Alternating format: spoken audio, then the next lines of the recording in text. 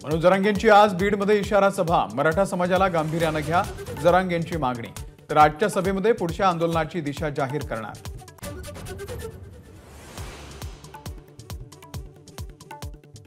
अंतरवाली सराटी आणि राज्यातील मराठा आंदोलकांवरील गुन्हे मागे घ्या। मनोज जरांगे यांचं सरकारला 24 तासाचं अल्टिमेटम।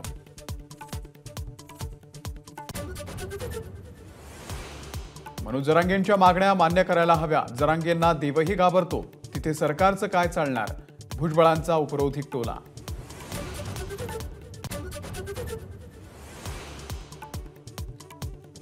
चारशे 8 मराठा उमेदवारांना मुंबई हायकोर्टाचा मोठा दिलासा। ईडब्ल्यूएस मधून नियुक्त्या होण्याचा मार्ग मोकळा। काँग्रेसचे नेते सुनील केदार यांना 5 वर्षांची शिक्षा। नागपूर जिल्हा बँक घोटाळा प्रकरणामध्ये सुनील केदार दोषी।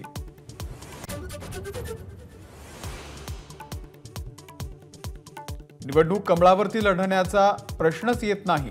पक्षाच्या बैठकीमध्ये अजित पवार यांचं वक्तव्य। आता माघार नाही, महायुतीमध्ये गद्दारी करणार नसल्याचंही वक्तव्य।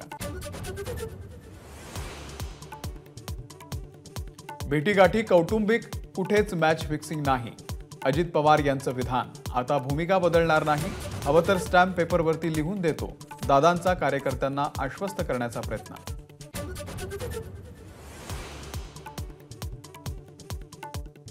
कौटुंबिक कार्यक्रमामध्ये राज आणि उद्धव ठाकरे एकत्र।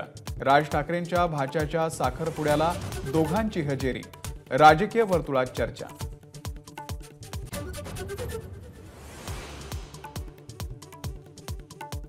राज्यामध्ये ठाकरे गट 23 जागांवरती लढणार। संजय राऊत यांचा दावा, तर विजय वडेट्टीवार यांच्याकडून राऊतांच्या दाव्याचं खंडन। जागा वाटपाचा निर्णय हायकमांड घेणार असल्याचं वक्तव्य। अयोध्येमधल्या राम मंदिर भक्तांसाठी फेब्रुवारीमध्ये उघडणार, मात्र लोकांनी मार्चमध्ये आलेलं चांगलं। श्री राम जन्मभूमी तीर्थक्षेत्र ट्रस्टचे कोषाध्यक्ष महंत गोविंदगिरी महाराज यांची एबीपी माझाला एक्सक्लुझिव्ह मुलाखत।